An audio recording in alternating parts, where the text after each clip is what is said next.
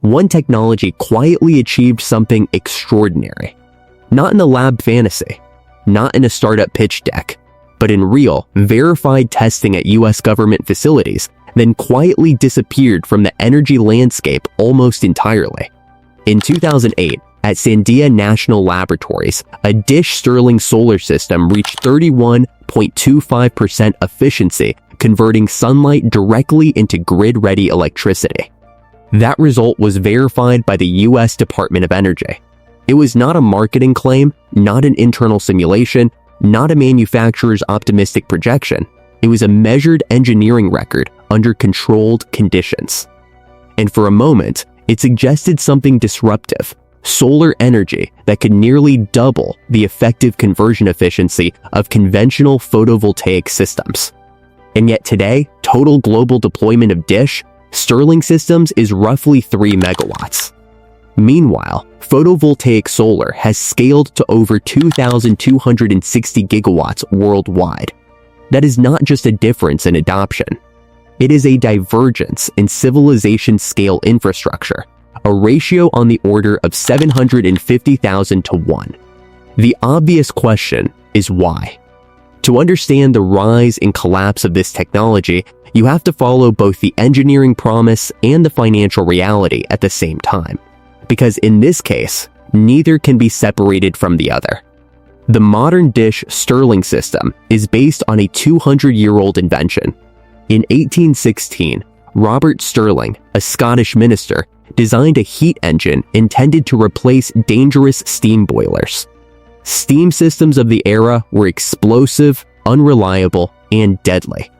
Stirling's idea was fundamentally different. Instead of generating steam internally, heat would be applied externally to a sealed system.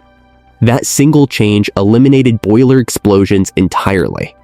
At the heart of his design was a component called a regenerator, sometimes described as an internal heat sponge, which stored and reused thermal energy between hot and cold phases of the engine cycle.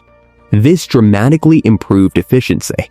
In theory, the Stirling cycle approaches Carnot efficiency, the maximum physical limit of any heat engine operating between two temperatures. That limit is defined simply as 1 minus the ratio of cold temperature to hot temperature, meaning the greater the temperature difference, the higher the potential efficiency ceiling. For more than a century, the Stirling engine remained a niche mechanical curiosity. Then, in the 1970s, researchers at the US Department of Energy and NASA's Jet Propulsion Laboratory revisited it with a new question. What if sunlight itself could be used as the heat source? A parabolic dish reflector can concentrate incoming sunlight by more than 3,000 times. At the focal point, temperatures can exceed 750 degrees Celsius. In this configuration, the Stirling engine becomes a solar to mechanical converter, driving a generator directly from heat. By 1984, a prototype system known as the Advanco Vanguard demonstrated nearly 29.4% solar to electric efficiency. The physics worked. The concept was validated. The only remaining question was whether it could scale economically. To understand why that mattered, you have to compare it to photovoltaic solar. Standard silicon PV panels typically convert 15 to 22% of sunlight into electricity at the cell level. But once inverter losses, wiring losses, thermal losses, and system mismatch are included, real-world system efficiency drops closer to 15 to 19%. And that is under ideal conditions. PV systems degrade significantly in heat. Their efficiency decreases roughly 0.3 to 0.5% per degree Celsius above standard test conditions. In desert environments where solar irradiance is highest, panel temperatures can reach 60 to 75 degrees Celsius, producing losses of 12 to 25% at the exact moment energy production is most valuable. Then there is geometry. Fixed tilt solar installations do not follow the sun, meaning a significant portion of incoming light arrives at suboptimal angles. Depending on location, this reduces potential energy capture by 30 to 45% compared to dual-axis tracking systems. Finally, Every photovoltaic system requires inverters to convert DC electricity into AC power. That conversion introduces another 3 to 5% loss. On top of that, inverter-based grids lack the rotational inertia of traditional power plants, creating stability challenges as renewable penetration increases. Dish-Stirling systems were designed to address all of these issues at once. The dish itself must track the sun in 2 axes, eliminating angular losses by design. The Stirling engine operates at high temperatures where efficiency actually improves rather than degrades. The system produces mechanical rotation directly, which can be converted into grid-quality 3-phase AC electricity without the need for a separate inverter stage. That spinning mass also provides natural grid inertia, something modern inverter-based renewables cannot replicate. On paper, the advantages were overwhelming. By the early 2000s, utilities believed they were looking at the next major solar platform. In April 2008, Irish infrastructure company Ensure invested $100 million into Stirling Energy Systems, acquiring a controlling stake. The plan was to deploy utility-scale Dish-Stirling farms across the American Southwest. Contracts followed rapidly. 2 major projects were announced: an 850-megawatt Calico installation and a 900-megawatt Imperial Valley project. These were not pilot programs. They were intended as cornerstone infrastructure assets. But even as engineering progress continued, the economic ground beneath the industry was collapsing in the opposite direction. Between 2008 and 2012, photovoltaic module prices fell from roughly $4 per watt to around 70 cents per watt, and later to approximately 20 cents per watt in subsequent years. This was a 99.6% price decline, driven not by incremental efficiency improvements, but by industrial scaling in China, including state-backed financing, massive polysilicon production expansion, and vertically integrated manufacturing ecosystems. The result was brutal in its simplicity. Even if Dish-Stirling systems were more efficient per unit of sunlight, photovoltaics were becoming so cheap that efficiency stopped mattering at all. The financial consequences followed quickly. In September 2011, Stirling Energy Systems filed for Chapter 7 bankruptcy, a full liquidation rather than restructuring. In September 2013, Infinia Corporation filed for Chapter 11 bankruptcy, attempting but failing to reorganize its operations. Years later, in July 2023, Alio, a Swedish company that had acquired Stirling assets, also declared bankruptcy. Meanwhile, the large utility projects that had once been promised were quietly dismantled or sold off, with both the 850 MW and 900 MW developments ultimately converted into photovoltaic solar farms instead. The engineering had worked. The physics had been validated. The efficiency record still stands today at 31.25%. But the economics never reached escape velocity. There is also a darker layer to the story, one that often circulates online in distorted form. For more than a decade, fraudulent documents have been sold under names like Solar Stirling Plant PDF, claiming that individuals can build ultra-cheap systems for under $100 that outperform photovoltaic panels by a factor of 12. These claims are false.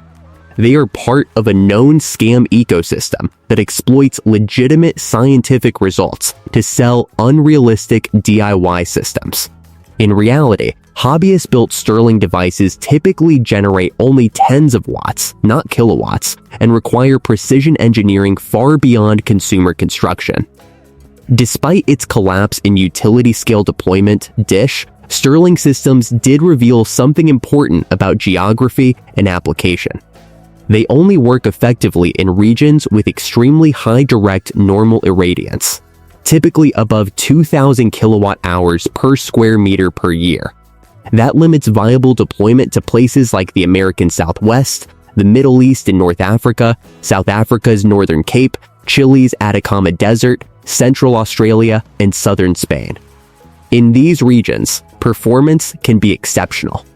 Outside them, diffuse light and cloud cover make the system inefficient compared to photovoltaics.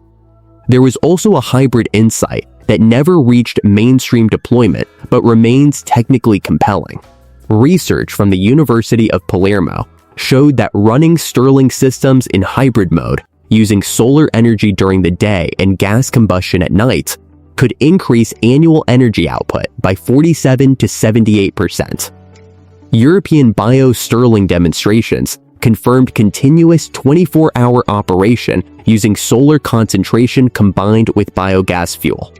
In effect, the engine does not care where heat comes from. Sunlight, methane, or industrial waste heat all function identically as energy inputs. This hinted at a broader truth. The real value of the Stirling system may not have been solar-only generation, but flexible heat to electric conversion in hybrid energy systems.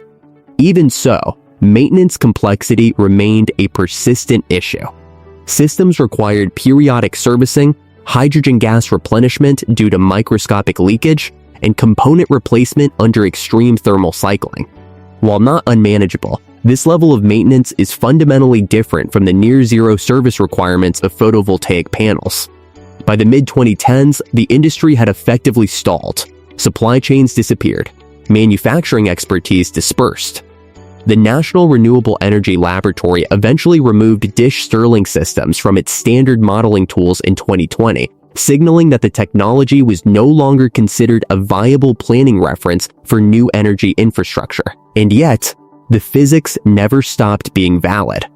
Today, a new generation of researchers is revisiting the same core problem from a different angle.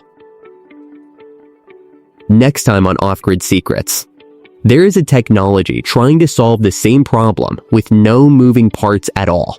Solid-state devices that convert heat radiation directly into electricity. MIT and REL have achieved 40% efficiency in laboratory testing. A startup called Ento Energy has built the world's first dedicated manufacturing line. Concentrate heat, store it cheaply, convert it without engines. That episode is coming. In a sense, the industry may be circling back to the same question that began this entire story more than 2 centuries ago. How do you convert heat into usable work as efficiently as possible without being destroyed by the complexity of the machine itself?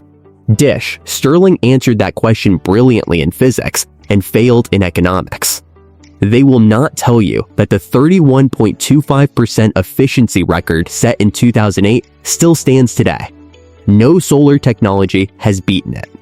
They will not tell you that Ensure invested $100 million in April 2008 and both major utility contracts were terminated and converted to PV within 3 years. They will not tell you that a solar Stirling plant PDF has been sold online for $50 for over a decade, claiming you can build a home system for under $100. It is a scam. Hobbyist builds produce roughly 10 watts, not kilowatts. They will not tell you that hybrid Dish-Stirling running on solar by day and biogas by night increases annual output by 47 to 78%, and that the technology to do this has existed for decades. What comes next will determine whether that gap can finally be closed. Every view keeps alive what the market tried to forget. Every share asks the question they stopped asking.